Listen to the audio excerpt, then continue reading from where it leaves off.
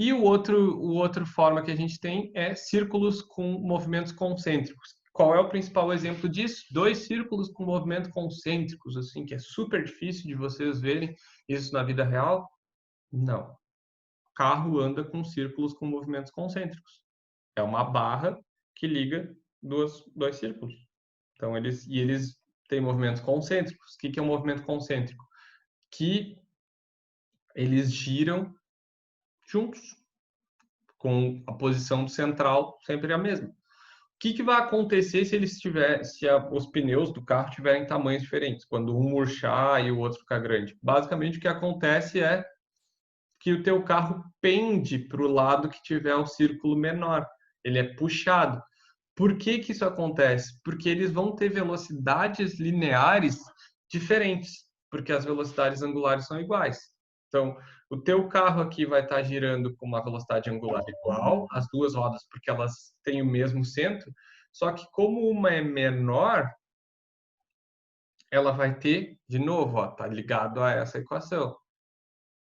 Se o raio for menor, a tua velocidade linear vai ser menor, porque a tua velocidade angular é a mesma, porque elas estão girando juntas no mesmo círculo, no mesmo centro, da mesma forma, a mesma frequência. Só que como o raio é menor, ela vai gerar uma velocidade linear menor. Então o teu carro está acelerando aqui, está uma velocidade no pneu esquerdo maior, então ele vai andar uma distância maior em menos tempo, e aqui o teu pneu direito ele está tentando compensar, mas ele está com uma roda menor, então ele vai andar menos metros no mesmo tempo, porque ele vai estar com uma velocidade menor, então teu carro vai acabar pendendo assim, né? Porque essa roda está com uma velocidade maior, então ela vai empurrar teu carro, ele vai fazer meio que essa volta assim. Isso funciona para círculos concêntricos. Então a gente vai ter velocidades angulares iguais, porque eles estão presos na mesma barra, então eles são forçados a girar juntos com a mesma velocidade angular. Consequentemente, frequência e períodos iguais, porque eles são forçados a girar juntos da mesma forma, mas a velocidades lineares diferentes, porque os tamanhos dos círculos, de novo, está ligado aos tamanhos, os tamanhos dos círculos são diferentes. Percebam aqui, ó, aqui eles estão nos círculos concêntricos, eles estão ligados pelo centro, forçando eles a girarem com a mesma velocidade angular. Nas correias, eles estão ligados pelas bordas, forçando eles a terem a mesma velocidade linear. Para quem fez aquele trabalho da Lua lá, no trimestre anterior, fica bem fácil de entender que isso aí é a bordinha que conectando, fazendo com que a velocidade linear deles seja meio que grudada uma na outra, juntas, assim, então forçando velocidades lineares iguais. Então esses são os últimos dois casos que a gente tem. Para finalizar a aula, a gente tem daí aqui a questão 2 e a questão 3. Que se tu escrever basicamente esse quadro aqui, a gente está em a resposta das duas. Na questão 3 pede a comparação, um quadro comparativo entre o MRU-V e o MCU-V. O que tem aqui? Ó? Movimento retilíneo uniforme variado. Então, em linha reta, como é que funcionam as equações? Velocidade igual a velocidade inicial mais a aceleração vezes o tempo. Já em movimento circular, velocidade angular inicial, aceleração angular vezes o tempo. Percebam aqui, ó, a aceleração angular não é exatamente um Azinho, é um alfa, é outra letra grega. A gente aqui fica mais claro, ó. É um alfa. A aceleração angular, então, é igual a velocidade angular menos a velocidade angular inicial dividido pelo tempo. Então, a gente tem aqui as duas. Essa aqui é a questão 2, né? Fica bastante clara daí. Vamos ver aqui. Quais são as equações que definem o movimento circular uniformemente variado? Está naquela tabela. Então, aqui um quadro relacionando e comparando o MCU com o movimento circular uniforme com o MRU, movimento retilíneo uniforme. Já comentei isso mais no início, mas depois eu escrevo de novo. O MCUV, que é o movimento circular uniformemente variado, com o MRUV, movimento retilíneo uniformemente variado, que é essa última tabela que eu mostrei aqui para vocês, que está aqui. Ó. MRUV, MCUV. Então, posição final, posição inicial, velocidade inicial, vezes tempo, aceleração vezes tempo ao quadrado, dividido por 2. Aqui a gente tem posição angular final, posição angular inicial, tudo que tu tem que fazer aqui é adicionar o nome angular nas coisas, mas é bem importante lembrar isso. Última coisa que faltou, que vocês precisam colocar, né? Qual é a unidade de medida da aceleração angular? Que eu não havia comentado, mas está aqui, ó. Unidade de medida é radianos por segundo ao quadrado. Na linear, na aceleração linear, a gente tem metros por segundo ao quadrado. Na angular, então, como a gente está andando em um círculo e a gente está andando, aumentando o nosso número de ângulos, a gente vai ter radianos por segundo ao quadrado. Para finalizar aqui, dêem uma olhadinha nessas questões, elas já têm as respostas. Eu vou finalizar com um exemplo. Então, um menino passeia com carrossel de highway. Sua mãe do lado de fora, blá, blá, blá. Tentem fazer essa questão. A resposta já está aqui, né? Tentem descobrir por que é isso. Eu vou tentar mostrar parecido no exemplo. Esse aqui é uma questão bem básica. Elas não são difíceis. Um corpo em movimento circular completa 30 voltas em 6 segundos. A frequência em hertz, frequência medida em hertz, e o período, respectivamente. Então, frequência, quantas voltas... Frequência é o tempo que tu leva... Quantas voltas tu dá em um determinado tempo. E o período é quanto tempo tu leva para dar uma volta. Então, se ele dá 30 voltas em 6 segundos, ele dá uma volta, 30 dividido por 6, ele leva 5 segundos para dar uma volta. Então, a gente já tem aqui, ele leva 5 segundos para dar uma volta. Esse é o período dele. Então, e a frequência, como é que a gente vai calcular? O número de voltas que ele dá num determinado tempo. Período, quantas voltas ele... Frequência, número de vezes que uma coisa acontece no tempo, período, tempo que uma coisa leva para acontecer. Então, essa é a diferença, certo? Gravem bem.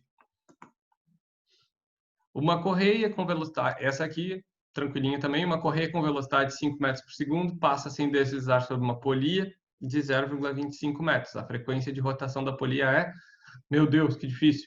Essa aqui vocês têm que usar aquela equação que relaciona as duas coisas, que é a velocidade linear com a angular igual a angular vezes o raio. Velocidade linear é igual a 5, então 5 igual. A velocidade angular eu ainda não sei, vezes o raio, que é 0,25. Então, 5, passo 0,25 dividindo. 5 dividido por 0,25, 5 dá 20. 20 é igual à minha velocidade angular. Daí tu vai dizer assim, mas eu quero saber a frequência. Então, a frequência, a velocidade angular é igual a 2π vezes a frequência. Então, 20 é igual à velocidade angular, 20 vai ser igual a 2π vezes a frequência. 2π passa dividindo, a gente vai ter 20 dividido por 2π, e essa vai ser o meu valor da frequência, que dá 3,2, se eu não me engano. Isso aqui não preciso fazer. Vou mostrar para vocês um exemplo agora que talvez vai juntar meio que tudo, assim fica mais fácil de vocês entenderem o que está acontecendo. Vamos mostrar a outra parte aqui. Então, o meu exemplo ele se trata de um elevador. Um elevador é ligado e atinge 300 RPM. Já vamos falar de RPM também. Que é o RPM é a forma que tu tem no teu carro. Se o movimento for acelerado do ventilador, qual será a aceleração angular e o número de voltas efetuada pelas pás do ventilador em 20 segundos? Várias coisas acontecendo. Primeira coisa, o que é RPM? RPM é o nome de uma banda dos anos 80. Não é muito boa, mas tem uma ou duas músicas legais, assim, tipo Rádio Pirata é uma música bem legal, tá? Vocês podem ouvir. Loira Gelada, para quem não é... É meio sexista a música, mas é legal.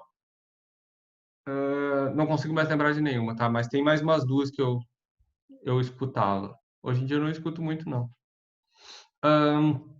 RPM quer dizer rotações por minuto. Rotações por minuto quer dizer voltas que tu dá em um minuto.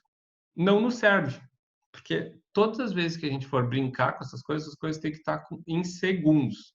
Então aqui, ó, RPM, 300 rotações em 1 minuto e em 20 segundos. Ah, meu Deus! Mas vamos tentar fazer essa conta aqui. Então, o que ele está pedindo no final das contas? Qual é a questão em si?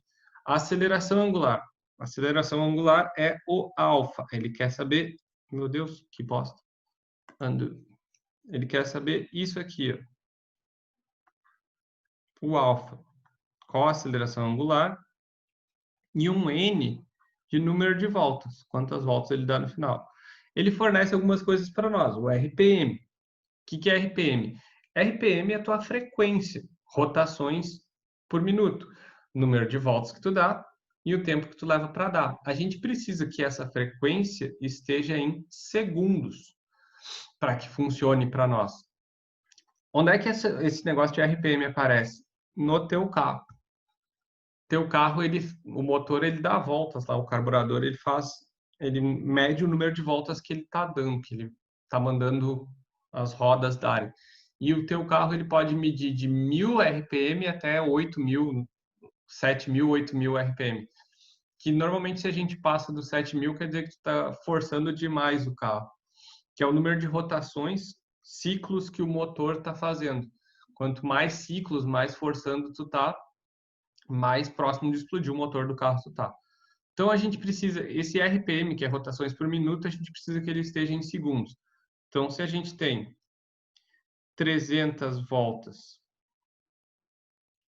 meu Deus, cada vez pior aqui. Vamos ajeitar isso aqui. 300 voltas em 1 minuto, e 1 minuto tem 60 segundos, regrinha de 3 básica, quantas voltas tu vai ter em 1 segundo. Então a gente vai ter aqui 60x é igual a 300. X vai ser, então, 300 dividido por 60 dá 5.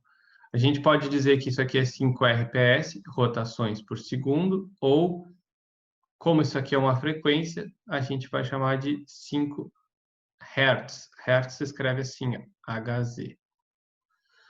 Beleza. Para que nos serve isso? Para a gente calcular a nossa frequência angular, a nossa velocidade angular. Então, como é que a gente vai calcular essa aceleração? Usando aquela tabela com as equações, ó. A gente quer saber a nossa aceleração. Quais as informações que a gente tem? A gente precisa pensar um pouco nesse exemplo, senão não teria graça, tá? Quais informações a gente tem?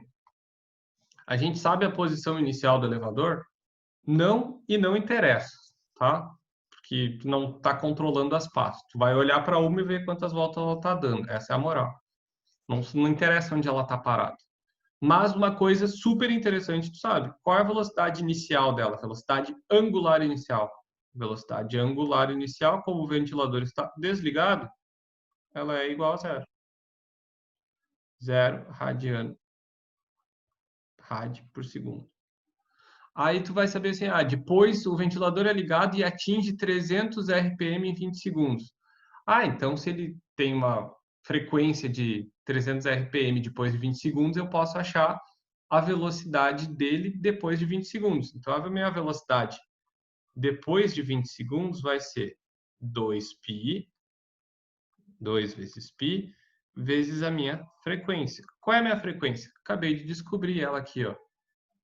5 Hz. Então, a minha velocidade depois de 20 segundos é 2 vezes π vezes 5. Eu preciso botar o π ali? Não. É terrível botar o π ali. Faz mal, machuca. Então, a gente põe assim, 10, mas se tu quiser botar o π, tu pode, tá? Eu não ponho. 10 vezes π radianos, isso aqui é um número. 10π radianos por segundo. 10 vezes π seria 31,4.